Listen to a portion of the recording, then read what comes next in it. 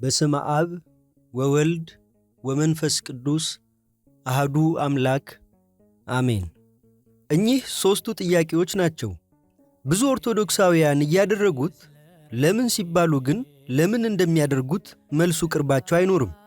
ስለዚህ ዛሬ ለእነዚህ ለሦስቱ ጥያቄዎች የሊቃውንቱ መልስ እነሆ ልንላችሁ ነው። አንደኛው ጥያቄ ማዕተብና ክታብ ለምን? ነጭ፣ ቀይና ጥቁር ቀለምስ ለምን ተመረጡ? ማዕተብ በአንገት የሚታሰሩ ክሮች፣ በአንገታችን የምናስራቸው ክሮች ተባርከው ስለሆነ በዚሁ ማዕተብ ተብለው ይጠራሉ። አሰረ ማለት ነው የሚልም ይገኛል። ታዲያ ለምን ነጭና ቀይ ማዕተብ ይደረጋል? ነጭና ቀይ ክር በክርስትና ጊዜ የሚታሰር ሲሆን ትርጉሙም ጥምቀት የጌታችንን ሞትና ትንሣኤ የምናስብበት ስለሆነች ይኸውም ወደ ውሃው መጥለቅ እንደ መቃብር ከውሃው መውጣት እንደ ትንሣኤ ነውና ከኢየሱስ ክርስቶስ ጋር አንድ እንሆን ዘንድ የተጠመቅን ሁላችን ከሞቱ ጋር አንድ እንሆን ዘንድ እንደ ተጠመቅን አታውቁምን? ክብር ይግባውና ጌታችንና መድኃኒታችን ኢየሱስ ክርስቶስ በቀራንዮ በመስቀል በተሰቀለና ሞትን በቀመሰ ጊዜ ቅዱስ ዮሐንስ እንደ ጻፈው ከጭፍሮቹ አንዱ ይላል፣ ሌንግኖስ ይባላል፣ በጦር የጌታችንን ጎኑን ወጋው። በዚህ ጊዜ ደምና ውሃ ፈሰሰ። በዮሐንስ ወንጌል የተጻፈው እንዲህ ይላል፣ ከጭፍሮቹ አንዱ ጎኑን በጦር ወጋው፣ ያን ጊዜም ደምና ውሃ ወጣ። ከዚህም ምስጢር የተነሳ በጥምቀት ጊዜ የሚታሰረው ቀይና ነጭ ክር የደሙና የውሃው ምሳሌ ነው። ጥቁሩስ ማዕተብ ከተባለ ጥቁር ማዕተብ ደግሞ በጥምቀት ያገኘናት ሃይማኖታችን በዚህ ዓለም ስንኖር ፈተናና መከራ እንዳለባት የሚያሳይ ነው። በዚህ ሃይማኖት በወርቅ ትመሰላለች። ወርቅ ወርቅነቱ የሚታወቀው በእሳት ተፈትኖ ነው። ሃይማኖትም ጽኑ መከራዎችንና ፈተናዎችን በማለፍ ነው። በዓለም ሳላችሁ መከራ አለባችሁ ተብሎ ተጽፏል። ነገር ግን በእሳት ምንም ቢፈተን ከሚጠፋው ወርቅ ይልቅ አብልጦ የሚከብር የተፈተነ እምነታችሁ ኢየሱስ ክርስቶስ ሲገለጥ ለምስጋናና ለክብር ለውዳሴ የሚገኝ ዘንድ አሁን ለጥቂት ጊዜ ቢያስፈልግ በልዩ ልዩ ፈተና አዝናችኋል ተብሎ ተጽፏል። ክታብስ ምንድን ነው ያሉ እንደሆን በሕግ መጽሐፍ የተጻፈው እንዲህ ይላል፣ እኔም ዛሬ አንተን የማዘውን ይህን ቃል በልብህ ያዝ፣ ለልጆችህም አስተምረው፣ በቤትህም ስትቀመጥ፣ በመንገድህም ስትሄድ፣ ስትተኛም ስትነሳም ተጫወተው፣ በእጅህም ምልክት አድርገህ እሰረው፣ በዐይኖችህም መካከል እንደ ክታብ ይሁንልህ፣ በቤትህም መቃኞች በደጃፍህም በሮች ላይ ጻፈው ይላል በኦሪት ዘዳግም። በዚህ መሠረት ብዙ ክርስቲያኖች ክታብ በአንገታቸው ያደርጋሉ። ክታብ ማለት ጽሑፍ ሲሆን ይህም የእግዚአብሔር ቃል ነው። በተለይ ትምህርተ ኅቡዓት በአንገት ይታሰራል። ትምህርተ ኅቡዓት ከሰባቱ ኪዳናት አንዱ ሲሆን ጌታችን ይህን አስተምሯቸዋል። ሰይጣን በዚያ አድሯል። ስለዚህም በተለይ ለልጆች በአንገታቸው ያስሩላቸዋል። ከእግዚአብሔር ቃል ውጭ የሆነ ሌላ አሸንክታብ ሁሉ ፈጽሞ ክልክል ነው፣ ኀጢአትም ነው። ሌላኛው ጥያቄ ንስሐ ምንድን ነው? ምስጢሩስ እንዴት ይከናወናል የሚለው ነው። ንስሐ ምስጢር ነው። በቤተ ክርስቲያናችን ከሚከወኑ ምስጢራት መካከል አንዱ ምስጢረ ንስሐ ነው። አንድ ክርስቲያን በኀጢአት በሚወድቅበት ጊዜ ከእግዚአብሔር የሚጠይቀው ይቅርታ፣ መጸጸት፣ መመለስ፣ ከኀጢአትም መንጻት፣ መጥራት ነው። እያንዳንዱ ክርስቲያን መምህረ ንስሐ፣ የንስሐ አባት ያስፈልገዋል። ንስሐ የሚደጋገም ነው፣ ኀጢአት ይደጋገማልና። ንስሐ አለ ብሎ ኀጢአትን መሥራት በእግዚአብሔር ላይ እንደ መዘበት ይቈጠራል። ንስሐ የቃሉ ምንጭ የግዕዙ ነስሐ ነው። ይህም ንስሐ ገባ፣ ወደ እግዚአብሔር ተመለሰ ማለት ነው። ሰው የቀድሞ በደሉን ትቶ ወደ አምላኩ እግዚአብሔር ሲመለስ ወይም ስትመለስ ያ ንስሐ መግባት ይባላል። ንስሐ ግቡ፣ ኀጢአትም እንቅፋትም እንዳይሆንባችሁ ከኀጢአታችሁ ሁሉ ተመለሱ። የበደላችሁትን በደል ሁሉ ከእናንተ ጣሉ፣ አዲስ ልብና አዲስ መንፈስም ለእናንተ አድርጉ። የእስራኤል ቤት ሆይ ስለምን ትሞታላችሁ? የሟቹን ሞት አልፈቅድምና ይላል ጌታ እግዚአብሔር። ስለዚህ ተመለሱና በሕይወት ኑሩ ተብሎ በትንቢተ ሕዝቅኤል ላይ ተጽፏል። አምላካችን እግዚአብሔር በሕይወት እንድንኖር ይፈልጋልና በደላችንንና ኀጢአታችንን ይቅር ይል ዘንድ ንስሐን አዘጋጀልን። ይህም ያለማወቅን ጊዜ አሳልፎ እግዚአብሔርን በማወቅ መኖር ነው። ቅዱስ ጳውሎስ እንደተናገረው እንዲህ ብሎ እንግዲህ እግዚአብሔር ያለማወቅን ወራት አሳልፎ አሁን በየቦታቸው ንስሐ ይገቡ ዘንድ ሰውን ሁሉ ያዛል ብሏል።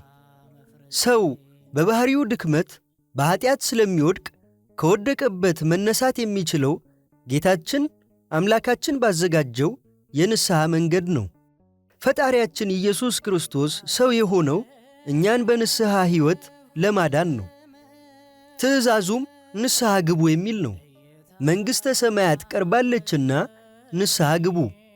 የጌታችን መንገድ አዘጋጅ የተባለው ቅዱስ ዮሐንስ መጥምቅ የሰበከውና ያስተማረው መንግሥተ ሰማያት ስለቀረበች ንስሐ ግቡ፣ ከኀጢአታችሁ ተመለሱ እያለ ነበር።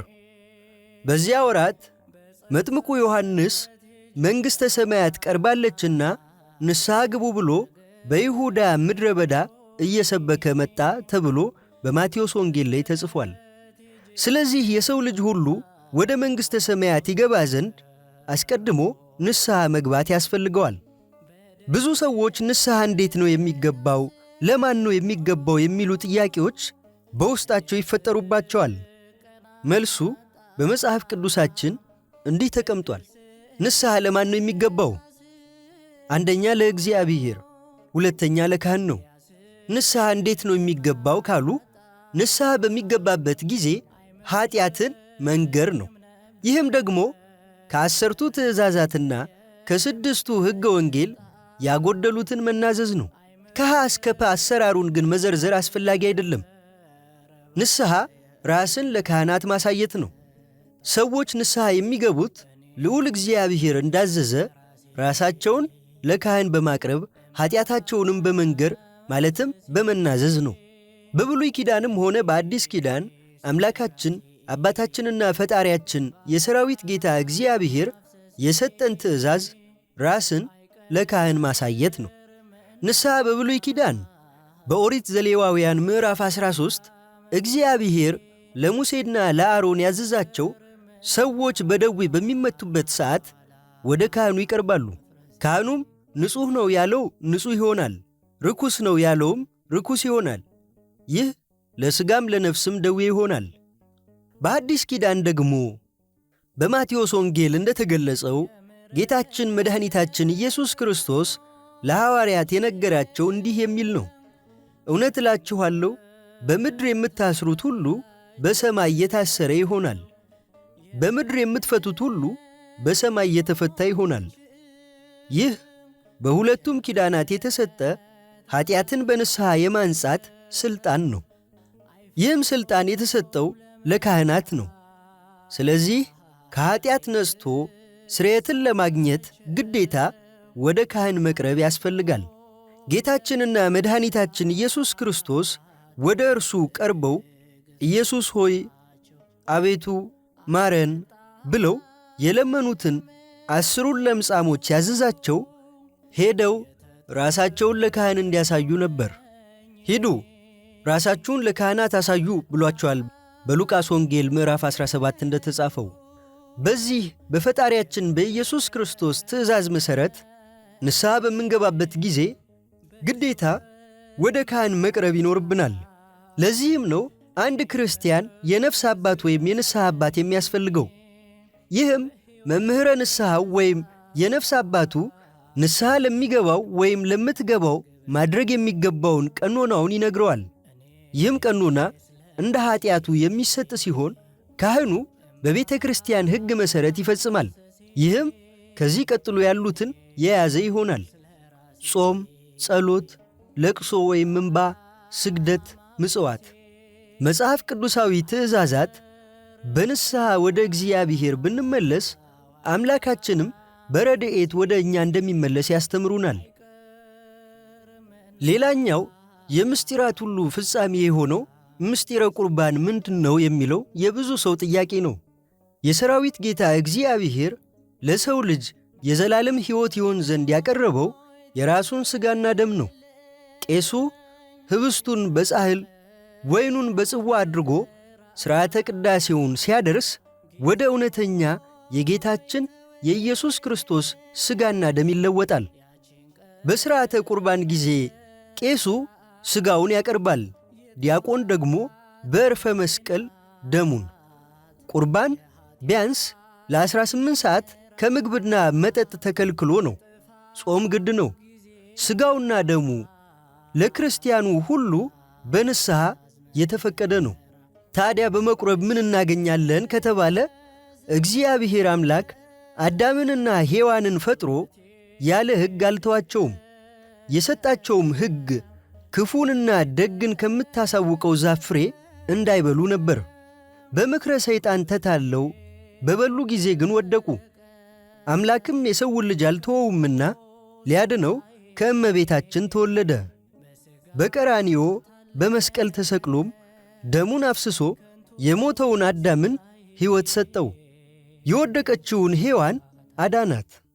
ስለዚህ ሕይወትን ያገኘነው በጌታችን በኢየሱስ ክርስቶስ ሞትና ትንሣኤ ነውና ይህን በቀራንዮ የተሰቀለልንን ቅዱስ ሥጋ ስንበላ ክቡር ደሙን ስንጠጣ የዘላለም ሕይወት ይኖረናል። ማለትም ጌታችን ከእኛ ጋር እኛም ከጌታችን ጋር ለዘላለም እንኖራለን። የወልደ እጓለ እመሕያው ክርስቶስ ሥጋን ካልበላችሁ ደሙንም ካልጠጣችሁ በራሳችሁ ሕይወት የላችሁም። ሥጋዬን የሚበላ ደሜንም የሚጠጣ በእኔ ይኖራል፣ እኔም በእርሱ እኖራለሁ ተብሎ በዮሐንስ ወንጌል ላይ ተጽፎልናል። ከዚህ የወንጌል ቃል የአምላካችን ትእዛዝ የተነሣ ቅዱስ ሥጋውን ክቡር ደሙን በተቀበልን በቆረብን ጊዜ ሦስቱ ዋና ዋና ጥቅሞችን እናገኛለን።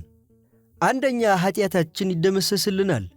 ሁለተኛ አጋንንትን ድል እንነሳለን። ሦስተኛ የመንግሥተ ሰማያት መውረሻችን ነው። ታዲያ ይህ ከሆነ ሥጋና ደሙ የሚሰጠው ለማን ነው የሚል ጥያቄ ብዙ ሰው ያነሳል። ጌታችን በመስቀል ተሰቅሎ ሕይወቱን የሰጠው ለሁሉ ነውና በንስሐ ሕይወት በምክረ ካህን ያለ ክርስቲያን ሁሉ የዘላለም ሕይወት ያገኝ ዘንድ ያለ ዕድሜ ገደብ ሥጋውንና ደሙን ይቀበል ዘንድ ይገባዋል።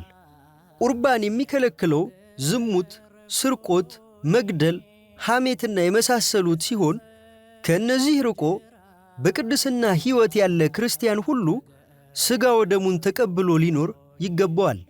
የሰው ልጅ ከኀጢአት ነጽቶ መኖር አይችልምና እግዚአብሔር ይህንን ስለሚያውቅ ለሁላችን የንስሐ ሕይወትን አዘጋጅቶልናል። እንዲሁም የሥጋ ወደሙ መሰጠት ምክንያት ለኀጢአት መደምሰሻም ነው። እንግዲህ እኚህ ጥያቄዎች በብዙ ሰዎች የሚጠየቁ ናቸውና ዛሬ አቅርበንላችኋል።